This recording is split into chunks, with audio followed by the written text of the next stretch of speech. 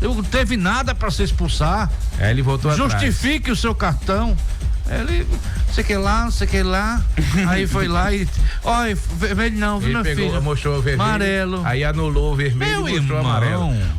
Não só da arbitragem do futebol brasileiro, nós já tivemos grandes árbitros no futebol nacional, árbitros, olha, de ponta, apitando até jogos de campeonato mundial. Hoje dá uma pena da arbitragem, rapaz. Eles não sabem marcar um impedimento, eles erram na marcação de impedimento, eles ficam lá sem saber o que fazer, ficam esperando que o VAR ajude. É lamentável, mas Oswaldo Barbosa, são erros assim que prejudicam o futebol, prejudicaram a imagem.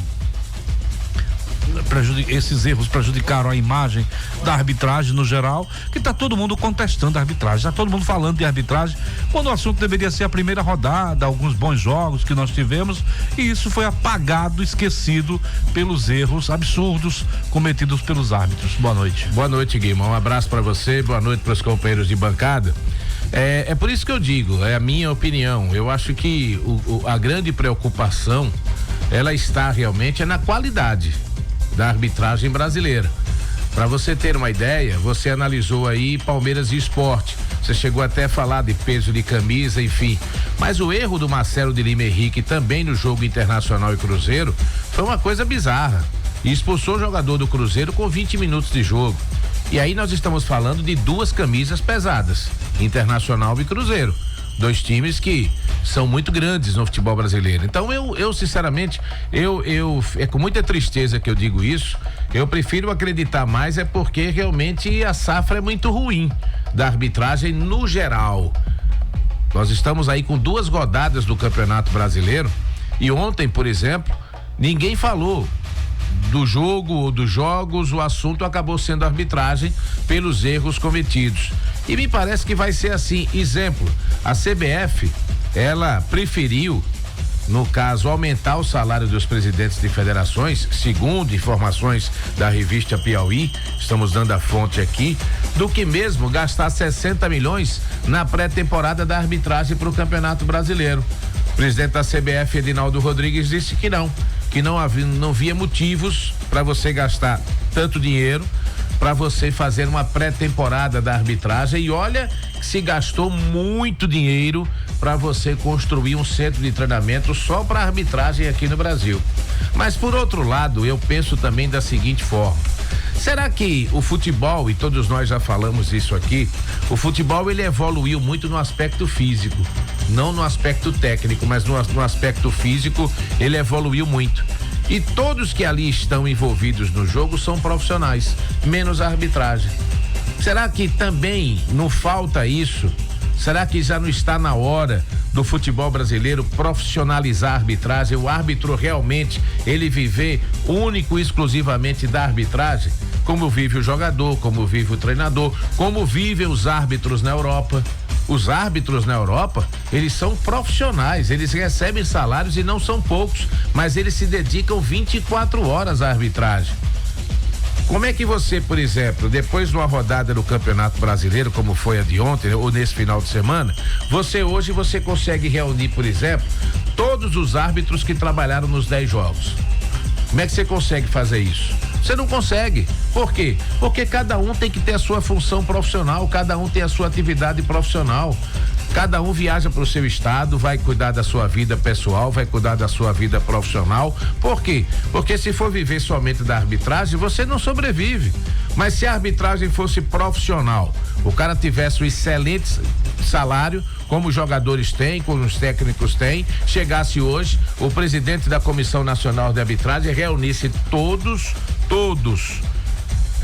em uma mesma sala, no auditório, e mostrasse todos os jogos para arbitragem, e vamos fazer o seguinte: olha aqui, você vive disso, você sobrevive disso, você ganha muito bem para isso, você é muito bem treinado para isso, porque da mesma forma que os jogadores se preparam como atletas, se você tem um quadro de arbitragem profissional, os árbitros também teriam uma preparação coletivamente muito maior do que se faz individualmente. Então vocês se preparam todos os dias para isso, e são erros que não podem acontecer. E aí, resultado, o cara é punido, o cara fica fora de uma rodada ou de tantas rodadas, vai continuar treinando, vai continuar se aperfeiçoando para tentar voltar lá na frente. Mas isso não tem ainda no futebol brasileiro. Eu não estou usando isso como desculpa.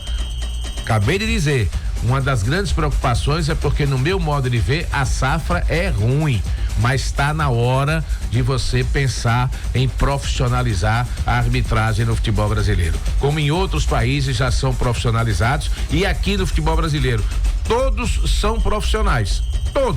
Todos eles sobrevivem do futebol.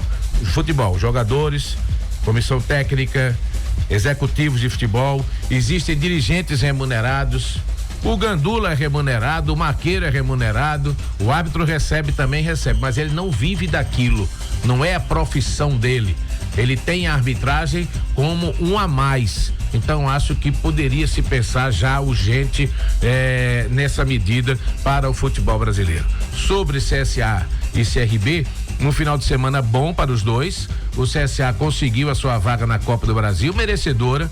O CSA do Rei Pelé dominou o jogo, criou e teve dificuldades para furar o bloqueio do time do CSE, mas no Rei Pelé ainda foi o CSA que criou as melhores oportunidades. Ontem, em Palmeiras dos Índios, o CSA foi quem teve as melhores oportunidades, além do gol. Então a vaga ela é merecedora. O CSE agora vai disputar Campeonato Alagoano, Copa Alagoas e Série D em 2026. E o CSA, a princípio, terá Copa Alagoas, Copa do Brasil e Série C do Campeonato Brasileiro, caso se mantenha. Se subir, vai para B, se descer, vai para D. Mas o CSA também tem um calendário. E sobre o CRB, uma vitória que eu concordo com você, uma vitória justa do time do Galo. O CRB mereceu a vitória. Agora, ficou muito claro, muito nítido que é um time que carece urgentemente de reforços e de uma qualificação a mais no seu elenco para a sequência da competição, porque não vai ser todo dia e não será em toda rodada que você vai encontrar uma Chapecoense pela frente.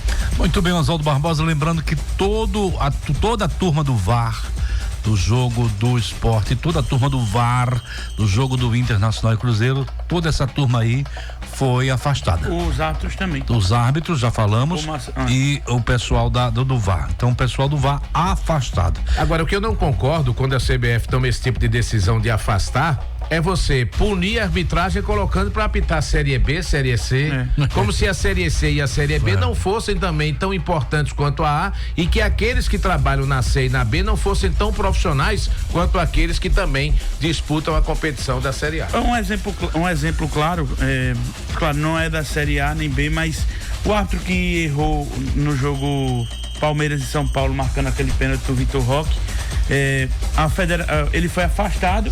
Só que na outra semana ele estava apitando um jogo do Campeonato Estadual. Se eu não me engano, foi a final do Paraibano. O jogo da volta entre Botafogo e Souza. Ou seja, não adiantou de nada ele ser afastado, porque continuou apitando Flávio Rodrigues de Souza. A punição é assim: olha, você não vai comer carne, mas tem aqui um filezinho de frango. Um filezinho de frango ao molho maravilhoso. E você não vai poder comer a carne. Agora, esse filezinho de frango você vai comer.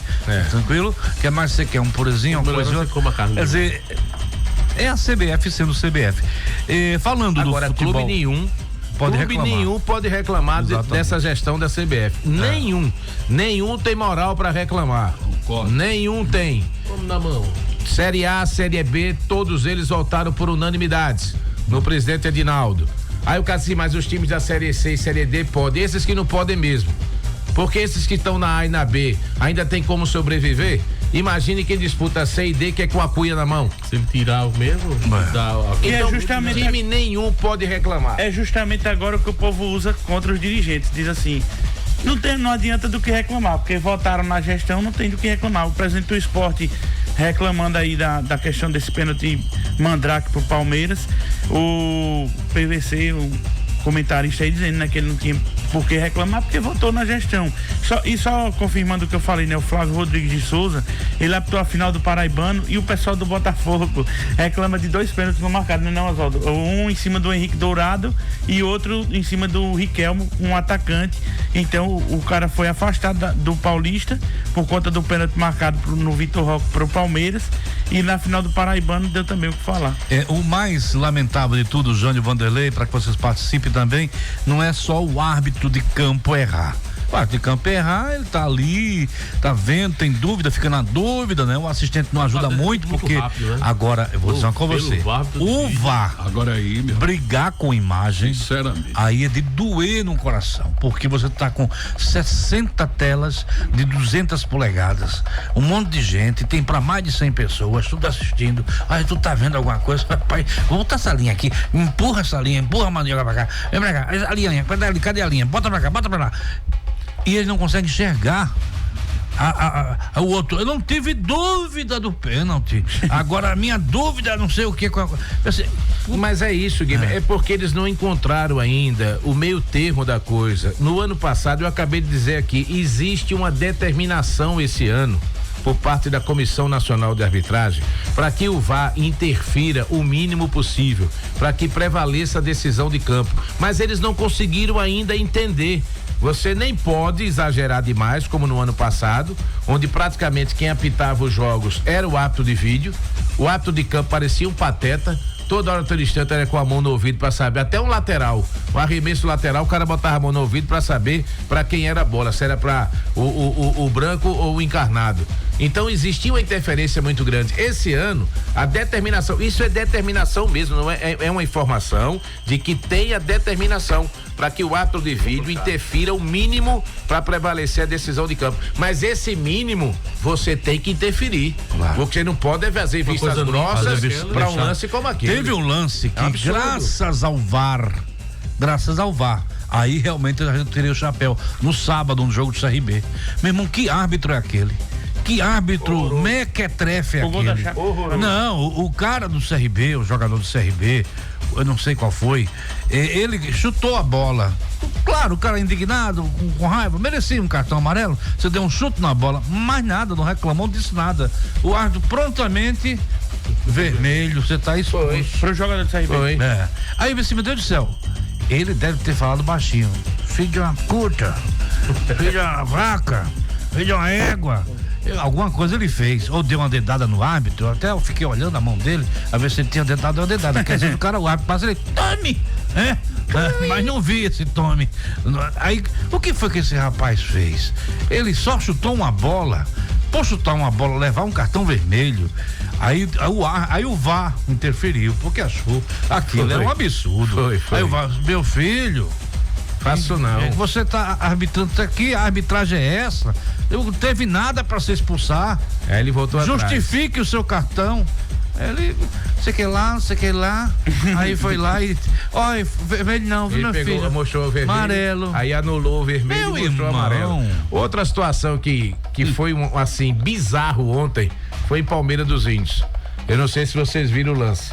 Quem foi que apitou o jogo lá em Palmeiras? Viomar Santana. Meu Deus. Pois é, seu Viomar Santana. Viomar tá indo pro caminho errado. Tem tanta gente acreditando que o senhor pode ser o nosso futuro, mas pelo que o senhor fez ontem. Tá complicado. Olha, o CSA, repare como o árbitro, ele tem que ser malandro, porque a malandragem, ele existe tanto no jogador de futebol, como o árbitro precisa ser malandro.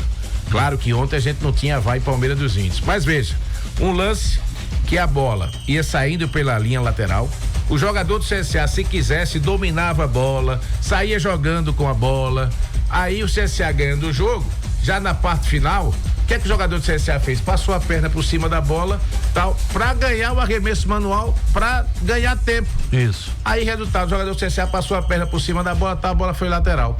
Isso do assistente aqui e o Viomar aqui, onde estou eu e o Jânio.